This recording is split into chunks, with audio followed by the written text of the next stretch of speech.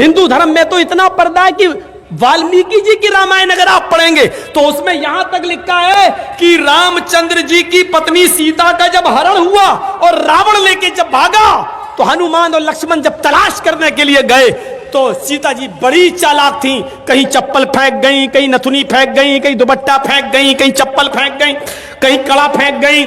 हनुमान एक एक चीज, ये चप्पल किसकी है? लक्ष्मण कहते मेरी भाभी की है, सीता की। चलो इसी रास्ते से ले गया और आगे के दुपट्टा मिला, ये दुपट्टा किसका है? कहा ये दुपट्टा भी मेरी भाभी का है, सीता का। चलो और आगे चलो, इसी रास्ते से लेकर गया और आगे बढ़े, एक एक चीज हनुमान जी देते गए और लक्ष्मण पहचानते गए। लास्ट में नाक में पहनने वाली नथुनी मिली, नथुनी। तो हनुमान ने कहा ये नथुनी किसकी है? जल्दी से लक्ष्मण ने कहा अरे यार हनुमान जी ये नथुनी नहीं मालूम है, ये शायद मेरी भाभी की होगी। हनुमान ने कहा सारी चीजें पहचान गए, नथुनी कह रहे होगी। तो हनुमान जी के इस प्रश्न पर क्या जवाब दिया लक्ष्मण ने? हनुमान जी ये नथुनी अगर मेरी भाभी की थी भी तो मेरी भाभी नाक में पहनती थी, इसलिए मैं नहीं पहचान पा रहा हूं, क्योंकि मैंने आज तक अपनी भाभी का चेहरा नहीं देखा। कहा क्यों? कह रहे वो मेरी भाई की पत्नी है सीता, मेरे भाई की राम की पत्नी है, मैं कौन होता हूं उसको देखने वाला, उस पर नजर डालने वाला, उसके चेहरे को देखने वाला। गौर करो, रामचंद्र जी के भाई लक्ष्मण ने अपनी सगी भाभी सीता जी का चेहरा नहीं देखा, देवर ने भाभी का चेहरा नहीं देखा। ये हिंदू धर्म की मनुष्य आज वाल्मीकि रामायण आज तक कह रही है, आज तक ये सबसे पुरानी रामायण है वाल्मीकि की, जो 2000 साल पहले लिखी गई है। आज तक उसके अंदर ये लिखा है कि राम के छोटे भाई लक्ष्मण ने सीता का चेहरा नहीं देखा। आज भी बहुत सी सभ्य समाज की स्त्रियां जब ट्रेनों में हिंदू की सफर करती हैं तो आप देखिए साड़ी पहनकर ऐसे लंबा घूंघट ऐसे मार लेती हैं, चेहरा नहीं खोलती हैं वो ट्रेनों में और बसों में। आज भी सभ्य समाज की उसी वाल्मीकि रामायण पर अमल करते हुए वो किसी को अपना चेहरा दिखाना गवारा नहीं करती। अल्लाह की मार ऐसी पड़ी, कल तक जो पर्दे का चेहरा छिपाने का मजाक उड़ाते थे, आज अल्लाह ने सबके चेहरे छिपवा दिए। छिपाओ, डालो मास्क अपने मुंह पर। बहुत बंदरियां बनी फिरती थी अमेरिकन, चुड़ैल जैसे मुंह लिए भेजे। ये खूबसूरत होती थोड़ी है आपको जैसा लगता है। अगर बारिश हो जाए ना सड़क पर बाजारों में तो इनका सारा क्रीम और पाउडर धुल जाएगा, इनकी औलाद इनको नहीं पहचान पाएगी कि मेरी अम्मा कहां गई। आप जिनके पीछा कर रहे हैं ये तो लिपस्टिक और क्रीम और पाउडर से लगती है 60 साल। आपको यकीन बता, मेरे इलाके का वाकया बता रहा हूं मैं आपको। 60 साल की बुढ़िया ने पहन लिया बुर्का, और खूबसूरत बुर्का, डिस्को बुर्का, फूल उल चढ़े हुए। अब 60 साल की बुढ़ी बेचारी चल रही है, बुर्का देखकर एक नौजवान उसका पीछा करने लगा। इतना खूबसूरत बुर्का था वो, नौजवान उसका पीछा करने लगा, चलने लगा। इसने पीछे मुड़ के देखा कोई लड़का मेरा पीछा कर रहा है, और लड़का ये समझा कि धीरे धीरे चल रही है, शायद मेरी वजह से लाइन दे रही है। वो अपने बुढ़ापे की वजह से धीरे धीरे चल रही थी, कमजोरी की वजह से। लड़का समझा लाइन दे रही है। थोड़ी देर के बाद जब ये आगे पहुंचा, लड़का और औरत वो बुढ़िया समझ गई कि ये कमीना मेरे पीछा कर रहा है, तो उसने नकाब खोल दिया। खूबसूरत नकाब, बोल बूढ़े लगे हुए, नकाब खोल के कहती बेटा मेरा पीछा क्यों कर रहा है, मैं तो तेरी अम्मा की उम्र की हूं। कम बखत 2 घंटे की मेरी मेहनत बेकार कर दी बुढ़ी ने, हमें क्या मालूम खोदा पहाड़ निकली चुईया।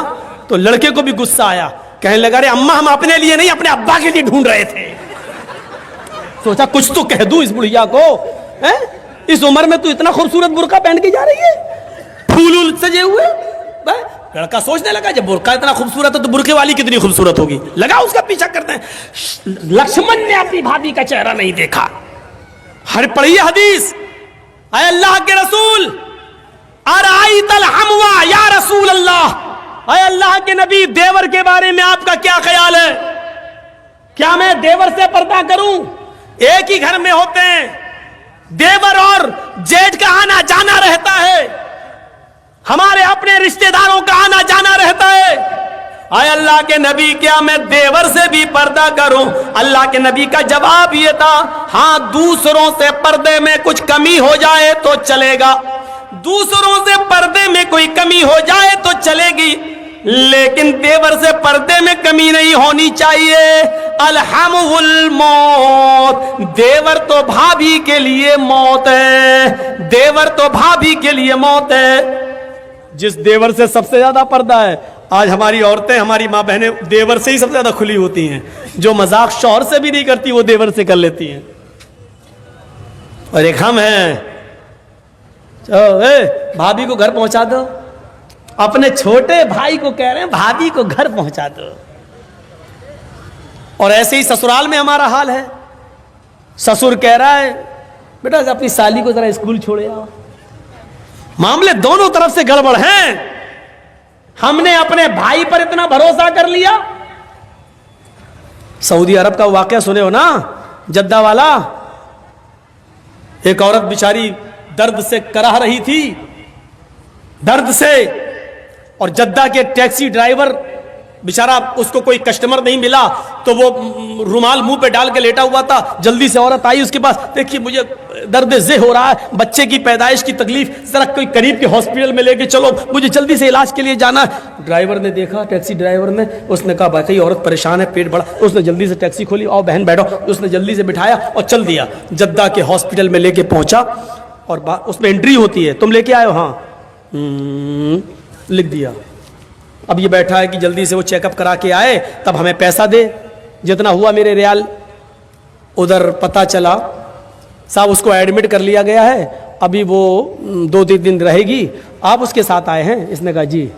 कहा ठीक है, उसको एडमिट कर लिया गया है। और उसने सोचा कि चलो हम चलें, 1-2 दिन के बाद आऊँगा, देख लूँगा अगर बच्चा अच्छा पैदा, अभी इतनी जल्दी छुट्टी थोड़ी हो जाएगी, डिलीवरी का मामला है, जब गुजरूंगा तब ले लूँगा पैसा। ऐसा वो चला गया। ये घर में जैसे ही लेटा, इशा के बाद सोया, फजर की नमाज जमात के साथ पढ़ने जाता था और फजर के बाद टैक्सी चलाता था। फजर की नमाज पढ़ के जैसे ही घर आया, इसकी बीवी ब्रेड और आमलेट बना के लाई। टेलीफोन की घंटी बजने लगी इसके घर पर, क्योंकि जब रजिस्टर पे जब इसने औरत को छोड़ा तो अपने घर का मोबाइल फोन और नंबर सब लिख दिया था। फोन, फला बोल रहे हो? जी। भोपाल के रहने वाले थे ये लोग, टैक्सी चलाते थे 20 साल से सऊदी अरब में, जद्दा में। अच्छा, तुम यहाँ अपने घर पे आराम कर रहे हो? का क्या हुआ? अरे कल तुम अपनी बीवी को हॉस्पिटल में छोड़ के गए हो ना, बच्चा हुआ है लड़का, आओ और अपनी बीवी को लेके जाओ यहां से। कहता है डॉक्टर दिमाग तुम्हारा ठीक है? बीवी? अच्छा हुआ ये फोन मैंने उठाया, कहीं मेरी बीवी ने उठाया हुआ होता तो कयामत आज ही आ गई होती। कहा आ रहे हो या मैं पुलिस भेजूं तुम्हारे घर? जिस औरत को यहां एडमिट कराने आए हो उसने कहा वही मेरा शौहर था जो यहां छोड़ के गया है। मैं आ रहा हूं, तेरा सत्यानाश जाए चुड़ैल डाइन। उसने टैक्सी चलाई और धर से चलाता हुआ चला गया। कहने लगा क्या बदतमीजी है? उसने कहा तुम मुझे छोड़ के चले गए, तुम्हें शर्म नहीं आई? मैं कितनी परेशान रही। रोना शुरू कर दिया। औरत के आंसुओं में भी बड़ी ताकत होती है। वो कहने लगा ये क्या बदतमीजी है? डॉक्टर साहब ये मेरी बीवी नहीं है। डॉक्टर साहब नोक झोंक तो सब घरों में हो जाती है, थोड़ी सी लड़ाई हो गई, हमें यहाँ छोड़ के चला गया। नहीं मैं ये बेटा अरे मेरा नहीं है, चलो अपने घर के झगड़े अपने घर में खत्म करो, चलो। उसने कहा ऐसा है, चेकअप कर लो। चेकअप कहा डीएनए टेस्ट करे। ये लड़का आदमी तैयार, कहने लगा ठीक है मैं डीएनए टेस्ट करूंगा। मामला इतना बढ़ गया कि डीएनए टेस्ट की नौबत आ गई। जब इसका ब्लड निकाला जाने लगा और लड़के का ब्लड, तब औरत क्या कहती है? डॉक्टर साहब डीएनए टेस्ट कर लीजिए, लेकिन मशीन कभी कभी गलत रिपोर्ट भी दे देती है। अभी आदमी चिल्लाते हुए कहता चुप, गलत रिपोर्ट दे देती है। अभी पता चलता है 2 घंटे के बाद, 3 घंटे बाद जब रिपोर्ट आएगी, या 2 दिन 3 दिन के बाद, तब पता चलेगा। डॉक्टर साहब इसको यही रखिए, 2 दिन के बाद रिपोर्ट आएगी, मैं यहाँ हूं। 2 दिन के बाद गया, डॉक्टर साहब क्या आया? डॉक्टर साहब ने कहा बिल्कुल गलत, ये तुम्हारा बेटा है ही नहीं, जाओ। वो औरत पैर पे गिर गई। डॉक्टर साहब मैंने कहा था ना कि मशीन की रिपोर्ट कभी कभी गलत आ सकती है। आई, अल्लाह की कसम यही मेरा पति है, यही मेरा हस्बैंड है, यही मेरा आदमी है। डॉक्टर कहता है औरत नकले मत दिखा, चट ये तो कभी, ये तो इसका बेटा है ही नहीं, साफ साफ रिपोर्ट में आ गया ये बेटा किसी और का है, इसका नहीं है। वो कहने खूब रोई। डॉक्टर कहता मेरी बहन मैं तुम्हें कैसे बताऊं, इस आदमी की रिपोर्ट इतनी डेंजर है, इस आदमी की रिपोर्ट में तो यह आया है कि ये जिंदगी में कभी बाप बन ही नहीं सकता। तुम कह रही हो कि इसका बेटा ये तो बाप बनने के लायक नहीं है। अब इस आदमी का दिमाग खराब। क्या क्या कह रहे हो डॉक्टर? कहा तुम बाप नहीं बन सकते हो। भाई सॉरी, रिपोर्ट में हे डॉक्टर मेरे 6 बच्चे हैं, तू कह रहा बाप नहीं बन सकते। डॉक्टर बड़ा परेशान। डॉक्टर कहता है ऐसा केस मेरी जिंदगी में पहली बार आया है। अब औरत कहती देखो मैंने कहा था ना कि रिपोर्ट कभी कभी गलत हो जाती है। यह आदमी बोला चुप, यह रिपोर्ट तो सही है कि यह बच्चा मेरा नहीं है, लेकिन यह रिपोर्ट गलत है कि मैं बाप नहीं बन सकता। दोबारा करो। डॉक्टर ने फाइल फेंकी। भाग, मेरा दिमाग खराब करके रख दिया तुम लोगों ने। जाओ यहां से, जाइए बेटा तुम्हारा नहीं है, जा पता लगा।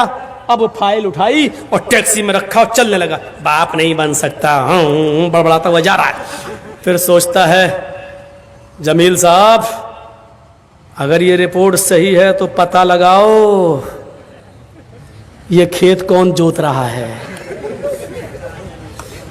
ये बच्चे हैं किसके।